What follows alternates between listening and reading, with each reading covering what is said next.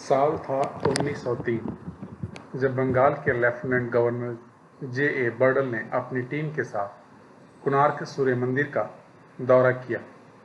यह दौरा साधारण नहीं था, क्योंकि उस समय उन्होंने मंदिर में कुछ ऐसा देखा जिसे उन्होंने 800 साल पुराने इस भव्य मंदिर के सभी दरवाजे बंद करने और इसे रेत और बालू से भरने का आदेश देने पर मजबूर कर दिया। आज 123 साल बाद भी यह मंदिर अपने गर्भगृह में छिपे रहस्यों के साथ बंद है। लेकिन सवाल उठता है, आखिर ऐसा क्यों किया गया? सोचने वाली बात यह है कि 800 साल पहले ना तो सीमेंट की शोध हुई थी और ना ही आधुनिक तकनीक की, तो उस दौर में कोणार्क सूर्य मंदिर का निर्माण कैसे हुआ? इस अद्भुत मंदिर में अत्याधुनिक ऑयर लॉक सिस्टम का इस्तेमाल किया गया था, जो इसकी संरचना को स्थिर बनाए रखता था। सबसे चौंकाने वाली बात यह है कि इस मंदिर के पहिए, जो सूर्य और चंद्रमा की गति से संचालित होते थे, एक प्राचीन समय यंत्र की तरह काम करते हैं और आज भी सटीक समय दिखाते हैं। लेकिन सबसे हैरान करने वाली बात यह थी कि भगवान सूर्य की मूर्ति हवा में बिना किसी आधार के लटकी रहती थी।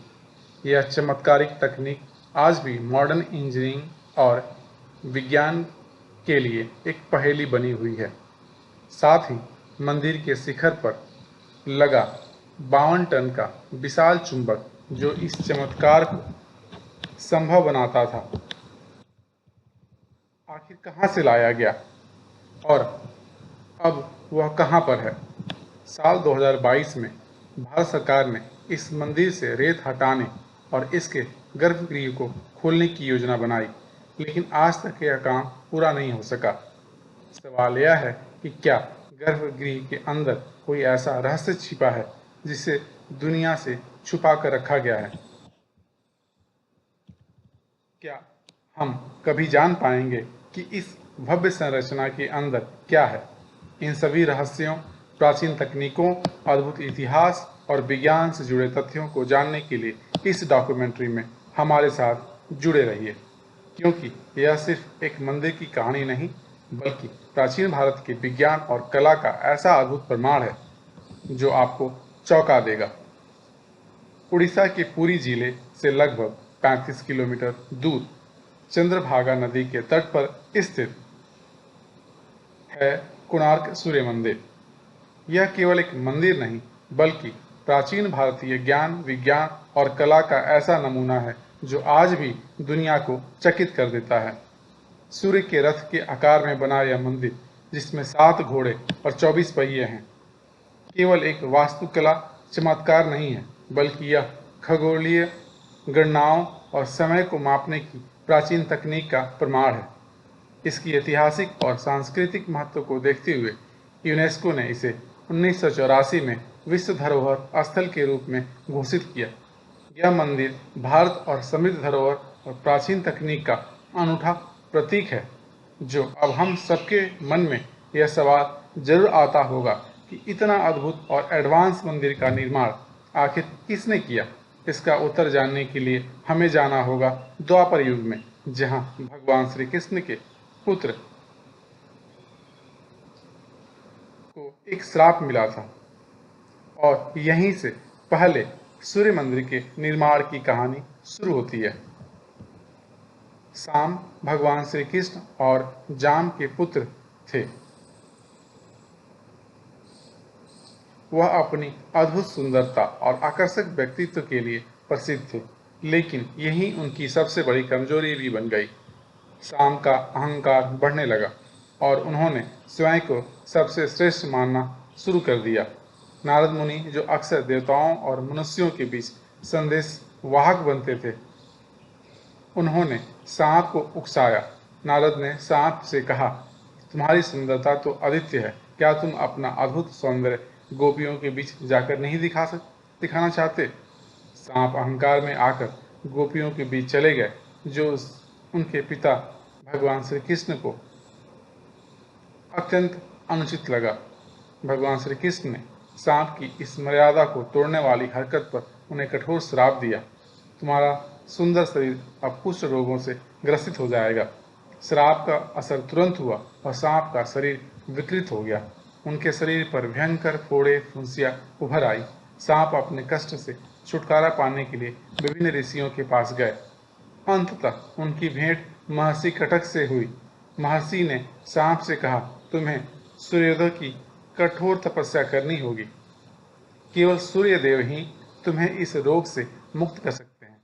महर्षि कटक ने उन्हें मित्र वन में चंद्रभागा नदी के तट पर जाकर 12 वर्षों तक तपस्या करने की सलाह दी।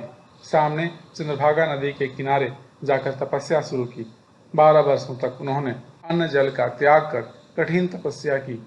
दिन रात केवल सूर्यदेव का ध्यान करते हुए उन्होंने अपनी आत्मा को तपस्या में लीन कर दिया। सांप की कठोर तपस्या से सूर्यदेव प्रसन्न हुए। सूर्यदेव ने उन्हें दर्शन दिए और कहा, हे सांप, तुम्हारी सफलता सफल हुई, तुम्हारा तपस्या सफल हुई। मैं तुम्हें रोग मुक्त होने का आशीर्वाद देता हूँ। तुम्हारा कुष्ठ रोग समाप्त हो जाएगा। तुम्हारी सुंदरता और स्वास्थ्य पुनः लौट आएगा। सूर्यदेव के आशीर्वाद से सांप का कुष्ठ रोग समाप्त हो गया। उनका शरीर पुनः पहले जैसा सुंदर और स्वस्थ हो गया। सूर्यदेव के आशीर्वाद से मुक्ति पाने के बाद सांप ने उनका आभार व्यक्त करने के लिए एक भव्य मंदिर बनाने का संकल्प लिया। उन्होंने उसी स्थान पर जहां उन्होंने तपस्या की थी, सूर्यदेव के लिए एक मंदिर का निर्माण करवाया। इस पौराणिक कथा के कारण इस स्थान को कोणार्क नाम मिला, जहां कोण का अर्थ है दिशा और अर्क का अर्थ है सूर्य। यह मंदिर इस तरह बनाया गया कि सूर्य की पहली किरण सीधे मंदिर के गर्भगृह पर पड़े। अगर आप हमारे चैनल पर पहली बार आए हैं तो इसे सब्सक्राइब करना ना भूलें और वीडियो को लाइक जरूर करें। तो क्या आज जो मंदिर हम देख रहे हैं वह भगवान श्री कृष्ण के पुत्र सांप द्वारा बनवाया गया सूर्य मंदिर है? नहीं दोस्तों, इतिहासकारों के अनुसार यह जो मंदिर हम आज देख रहे हैं वह चौथी बार निर्मित हुआ है।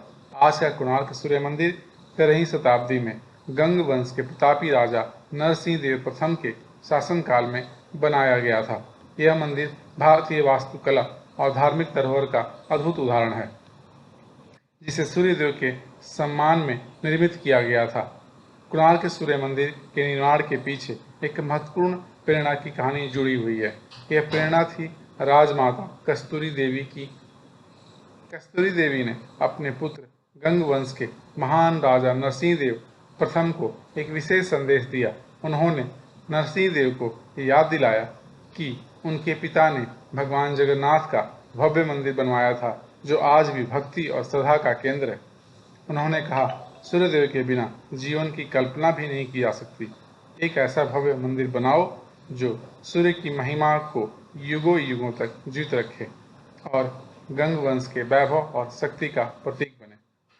यह आग्रह केवल धार्मिक आस्था का परिचायक नहीं था, बल्कि यह गंग वंश की शक्ति, वैभव और उनके गौरव को पूरी दुनिया के सामने प्रदर्शित करने का संकल्प भी था। राजमाता की इस प्रेरणा से नरसिंह देव प्रथम के कोणार्क में सूर्यदेव के 7 घोड़ों वाले रथ के प्रतीकात्मक स्वरूप में आदित्य और कालजयी मंदिर के निर्माण का संकल्प लिया।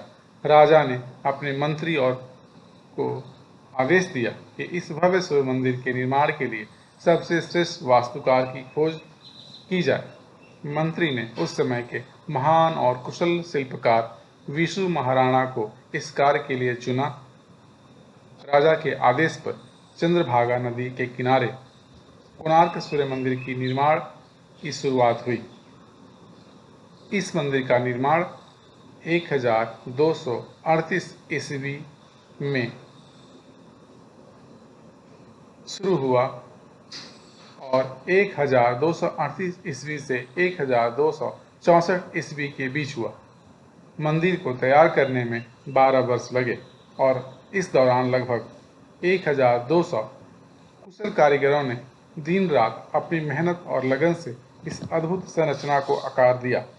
विशु महाराणा की कुशलता और निपुणता उस युग की प्राचीन इंजीनियरिंग का जीवंत प्रमाण है।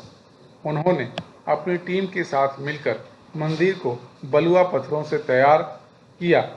विशेष बात यह है कि इन पत्थरों को जोड़ने के लिए लॉ प्लेट्स यानी आयरन क्लेम्स का इस्तेमाल किया गया, जिसे आज हम आधुनिक आयरन लॉक सिस्टम भी कह सकते हैं।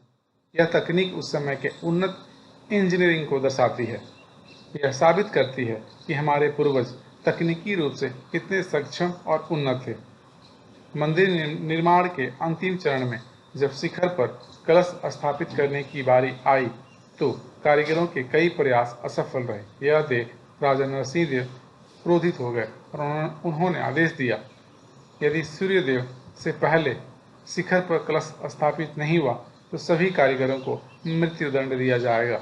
यह सुनते ही निर्माण स्थल पर भय और निराशा का माहौल छा गया। मुख्य शिल्पकार विशु महाराणा के कंधों पर भारी संकट था। उस समय उनका 12 वर्षीय पुत्र धर्मपद वहां पहुंचा। धर्मपद, जिसने जन्म के बाद से अपने पिता को कभी नहीं देखा था, माँ की अनुमति लेकर यहाँ आया था।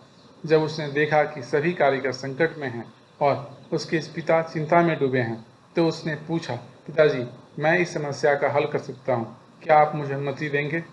धर्म बालक धीरे धीरे मंदिर के शिखर पर चढ़ा।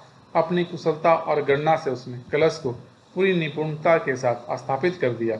वह कार्य जिसे अनुभवी शिल्पकार 12 वर्षों में नहीं कर पाए, धर्मपद ने कुछ घंटों में कर दिखाया। लेकिन यह सफलता धर्मपद के लिए चिंता का विषय बन गई। उसे लगा कि जब राजा को यह पता चलेगा कि यह काम एक 12 वर्षीय बालक ने किया है, तो बाकी कारीगरों को अयोग्य समझकर उन्हें दंडित किया जाएगा। अपने पिता और कारीगरों की जान बचाने के लिए धर्मपद ने मंदिर के शिखर से चंद्रभागा नदी में छलांग लगा दी और अपने प्राणों की आहुति दे दी। सुबह जब राजा ने मंदिर के शिखर पर कलश को स्थापित देखा और हवा में झूलती सूर्यदेव की मूर्ति को देखा तो अत्यंत प्रसन्न हुए।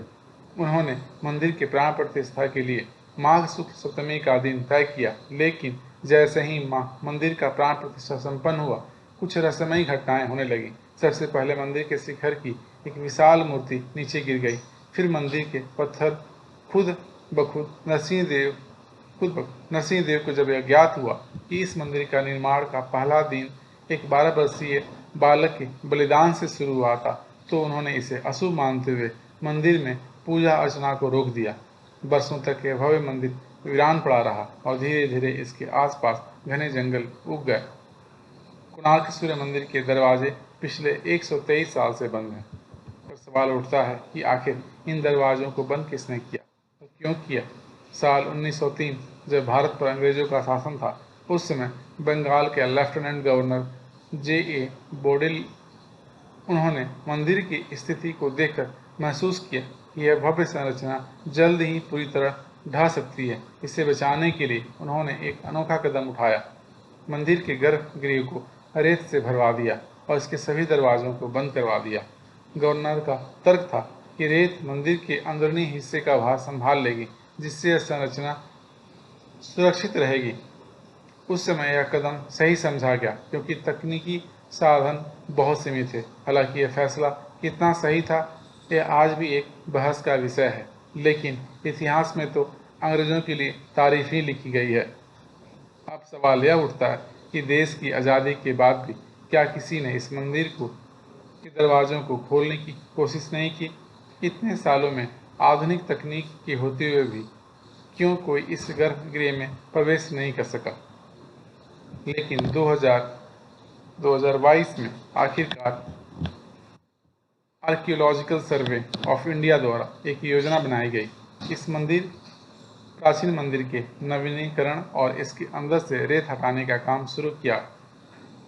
उम्मीद है जल्द ही भारत सरकार इस रेत को पूरी तरह निकालने और मंदिर के दरवाज़ों को हमेशा के लिए खोलने का काम पूरा करेगी। लेकिन फिलहाल जब आप इस मंदिर के दर्शन करने जाते हैं तो आप केवल इसके बाहरी भाग की अद्भुत कला और खूबसूरती को देख सकते हैं। गर्भगृह अभी भी आम जनता के लिए बंद है। अब हम बात करते हैं कोणार्क सूर्य मंदिर की अद्भुत वास्तुकला की। यह मंदिर अपनी भव्यता के साथ साथ अपनी उन्नत तकनीकों के लिए प्रसिद्ध है।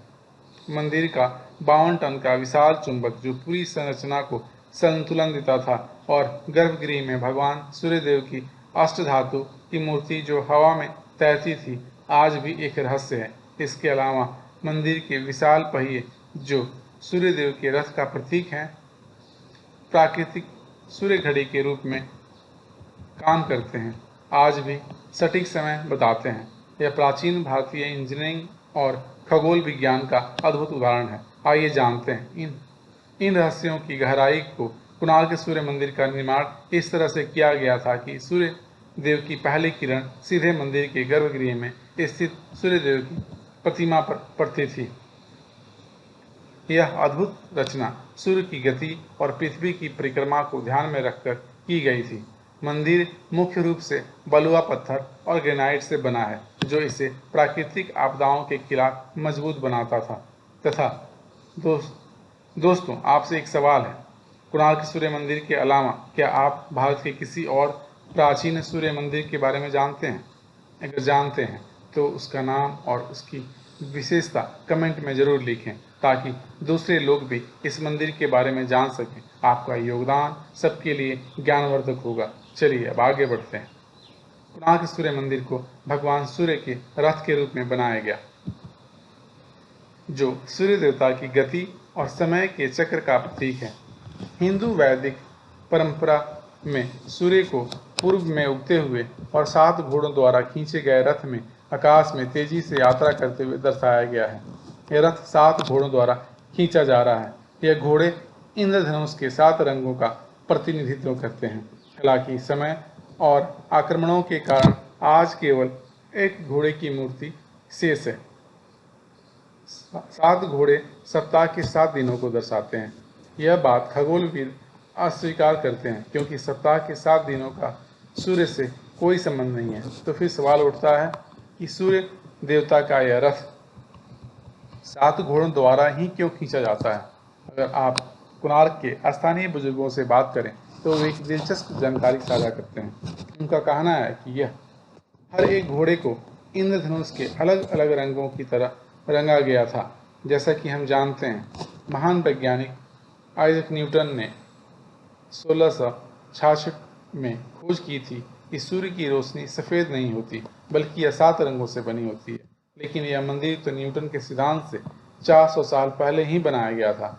तो प्राचीन निर्माणकर्ताओं को यह कैसे पता चला कि सूर्य की किरणों वास्तव में 7 रंगों से बनी होती है? और सबसे महत्वपूर्ण बात, इतिहासकारों ने इस अद्भुत जानकारी को अपनी किताबों में क्यों नहीं लिखा?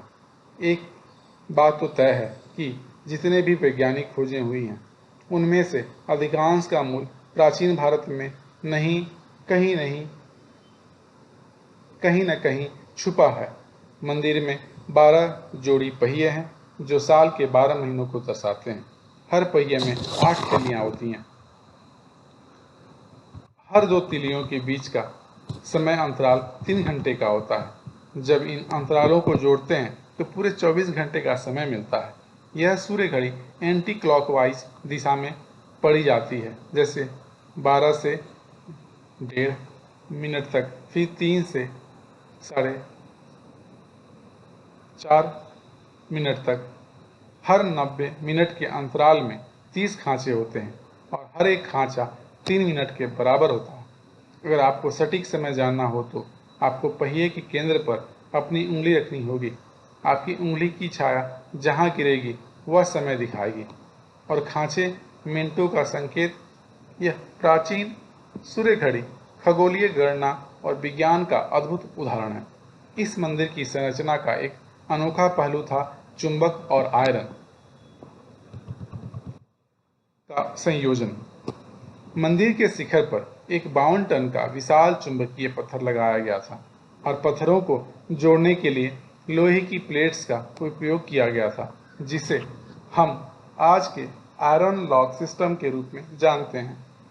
इस चुंबकीय पत्थर ने मंदिर की दीवारों में लगी लोहे की प्लेट्स के साथ मिलकर पूरे मंदिर को स्थिर और संतुलित रखा। गर्भगृह में स्थित सूर्य देव की अष्टधातु से बनी मूर्ति चुंबकीय बल के कारण हवा में तैरती प्रतीत होती थी। यह तकनीक उस समय के विज्ञान और इंजीनियरिंग कौशल का प्रमाण है।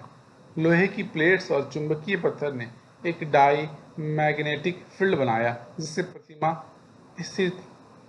स्थिरता प्राप्त करती थी। जब विदेशी व्यापारी मंदिर का दौरा करते थे और हवा में तैरती हुई इस मूर्ति को देखते थे तो इसे देखकर हैरान रह जाते थे। यह उस समय के भारतीयों की अद्वितीय इंजीनियरिंग और खगोलीय गणना के कौशल का प्रमाण है। और यह चुंबक इतना शक्तिशाली था कि मंदिर के पास से गुजरने वाली समुद्री जहाज़ों के कंपास काम करना बंद कर देते थे। जहाज़ रास्ता भटक जाते थे, कई बार दुर्घटनाग्रस्त होकर डूब भी जाते थे। इसी घटना ने विदेशी व्यापारी और आक्रमणकारी का ध्यान इस मंदिर की ओर आकर्षित किया। इसलिए पुर्तगाली नाविकों ने कोणार्क मंदिर को ब्लैक पगोड़ा या काला पगोड़ा नाम दिया। ऐसा माना जाता है कि पुर्तगाली नाविकों ने अपने नेविगेशन सिस्टम को बचाने के लिए मंदिर के शीर्ष पर लगे इस शक्तिशाली चुंबक को निकाल लिया। उन्होंने इसे अपने जहाज में लादकर अपने देश ले जाने का दावा किया, लेकिन इस चुंबक को हटाने के बाद मंदिर की संरचना असंतुलित हो गई और समय के साथ यह क्षतिग्रस्त होने लगा। यह घटना आज भी इतिहास और रहस्य का बड़ा हिस्सा है और मंदिर को नष्ट करने की एक कहानी यह भी बताई जाती है। साल 1568 के आसपास बंगाल सल्तनत के एक मुस्लिम जनरल काला पहाड़ ने उड़ीसा के कई मंदिरों पर हमला कर दिया। इन मंदिरों में कोणार्क सूर्य मंदिर, कामाख्या देवी मंदिर और जगन्नाथपुरी का मंदिर भी शामिल था। काला पहाड़, जिसका मूल नाम कालाचंद राय था, एक पवित्र वैष्णव ब्राह्मण थे, लेकिन सुल्तान की बेटी गुलनाज से प्रेम के कारण उन्होंने इस्लाम धर्म अपना लिया। अगर आप कामाख्या देवी मंदिर और जगन्नाथपुरी मंदिर के रहस्यों के बारे में जानना चाहते हैं तो उनकी डॉक्यूमेंट्री की लिंक आपको डिस्क्रिप्शन में मिल जाएगी, जरूर देखें। हमारी संस्कृति के इन अद्भुत प्राचीन मंदिर को जानें। मदाला पंजी ग्रंथ के अनुसार काला पहाड़ जब कोणार्क मंदिर के अंदर गया तो उसने भगवान सूर्यदेव की विशाल मूर्ति को हवा में तैरते हुए देखा और दंग रह गया। इसके बाद उसने अपनी सेना के साथ मंदिर की दीवारों और मुख्य संरचना पर हमला किया। काला पहाड़ मंदिर के शीर्ष पर लगे 52 टन भारी चुंबक को हटाने में सफल हुआ। चुंबक हटाते ही 227 फीट ऊंचा यह भव्य मंदिर पत्थरों के ढेर में बदल गया और 1568 में उड़ीसा पूरी तरह मुस्लिम शासन के अधीन आ गया और हिंदू मंदिरों को लगातार तोड़ने के प्रयास किए गए। इसी समय कोणार्क के सूर्य मंदिर के पुजारियों ने सूर्य देवता की मूर्ति को हटाकर रेत में छिपा दिया। बाद में यह मूर्ति पूरी भेजी गई और वहां जगन्नाथ मंदिर के प्रांगण में स्थित इंद्र मंदिर में स्थापित की गई। हालांकि कुछ का मानना है कि नई दिल्ली के राष्ट्रीय संग्रहालय में जो सूर्य देव की मूर्ति रखी है वही कोणार्क सूर्य मंदिर की मुख्य मूर्ति है। इस रहस्य पर आज भी चर्चा जारी है। चीनी विद्वान सांग के अनुसार 7वीं सदी ईस्वी में कोणार्क में कई ऊंची और भव्य इमारतें थीं। यह स्थान विभिन्न धर्मों और संप्रदाय के लोगों का संगम था, जहां हिंदू, बौद्ध और अन्य धर्म के अमीर और समझदार लोग मिलजुल कर रहते थे। वहीं दूसरी सदी ईस्वी में ग्रीक भूगोलवेत्ता क्लॉडियस टोले ने कोणार्क का उल्लेख कन्नाग के नाम से किया है, जो उस समय एक प्रसिद्ध समुद्री बंदरगाह था। भारतीय ग्रंथों में इसे कायना पारा के नाम से भी जाना जाता है, जो प्राचीन काल से व्यापार का एक महत्वपूर्ण केंद्र रहा है। शुरुआत में कुछ इतिहासकारों का मानना था कि कोणार्क सूर्य मंदिर कभी पूरा नहीं हुआ और निर्माण के दौरान ही ढह गया, लेकिन 1384 ईस्वी के नरसिंह चतुर्थ के शासनकाल से जुड़े केंद्र ताम्रपत्र शिलालेख इस धारणा को खारिज करते हैं। यह शिलालेख स्पष्ट रूप से संकेत देता है कि मंदिर न केवल पूरा हुआ था बल्कि यह पूजा का एक सक्रिय स्थल था। अबुल फजल को, जो सम्राट अकबर के दरबार के प्रमुख इतिहासकार थे, उन्होंने 1580 ईस्वी में उड़ीसा का दौरा किया और अपनी पुस्तक आईने अकबरी में लिखा कि कोणार्क का मंदिर नरसिंह देव द्वारा बनाया गया था। खास बात यह है कि अबुल फजल ने अपनी रचनाओं में कोणार्क मंदिर की हर स्थिति का कोई उल्लेख नहीं किया। इससे यह निष्कर्ष निकाला जा सकता है कि 1580 ईस्वी में मंदिर अच्छी स्थिति में था। थॉमस डोनाल्डसन के शोध के अनुसार 17वीं शताब्दी के प्रारंभिक ग्रंथों में मिले विभिन्न सर्वेक्षणों और मरम्मत के अभिलेख यह संकेत देते हैं कि कोणार्क सूर्य मंदिर को मुख्य क्षति 16वीं शताब्दी के अंत और 17वीं शताब्दी की शुरुआत के बीच हुई थी। इन अभिलेखों से यह भी स्पष्ट होता है कि 17वीं शताब्दी के आरंभ में मंदिर अब भी पूजा का एक सक्रिय स्थल बना हुआ था। 18वीं शताब्दी के उत्तरार्ध में कोणार्क सूर्य मंदिर से अरुणा स्तंभ को हटाया गया। मराठा ब्रह्मचारी गोस्वामी ने इस स्तंभ को पुरी के जगन्नाथ मंदिर के सिंह द्वार पर स्थापित किया। यह स्तंभ आज भी वहां मौजूद है और कोणार्क से पुरी के इस ऐतिहासिक जुड़ाव का प्रतीक है। अगर हम आज के मंदिरों को देखें तो पता चलता है कि वे केवल आस्था और व्यापार का जरिया बन गए हैं। सभी देवताओं की मूर्तियां दर्शनार्थियों की सुविधा के हिसाब से लगाई जाती है और प्रत्येक मूर्ति के पास एक दान पत्र रखा जाता है ताकि श्रद्धालु कुछ पैसे डाल सकें। लेकिन अगर आप 500 से 600 साल पुराने मंदिरों को देखेंगे तो इन दोनों के बीच एक बड़ा अंतर नजर आएगा। कोणार्क जैसे मंदिर किसी आस्था के लिए नहीं बनाए गए थे। यह तो एक एनसाइक्लोपीडिया म्यूजियम या विश्वविद्यालय के समान थे जिन्हें लोगों को शिक्षित करने के उद्देश्य से बनाया गया था। इसलिए कोणार्क मंदिर को केवल हिंदू मंदिर कहना उचित नहीं होगा, क्योंकि यह हर धर्म के लोग आकर कुछ न कुछ सीख सकते थे। तो दोस्तों, यह थी कोणार्क सूर्य मंदिर की कहानी। इसके इतिहास, रहस्य और प्राचीन भारत की उन्नत तकनीक पर आधारित डॉक्यूमेंट्री। अगर आप वीडियो को लाइक, कमेंट और सब्सक्राइब नहीं करते तो भी चलेगा, लेकिन इसे अपने दोस्तों और रिश्तेदारों के साथ जरूर शेयर करें ताकि वे भी हमारी प्राचीन भारत की तकनीक और विज्ञान के बारे में जान सकें। जल्द ही मिलते हैं एक और नई डॉक्यूमेंट्री के साथ। तब तक के लिए धन्यवाद। जय हिंद, जय भारत।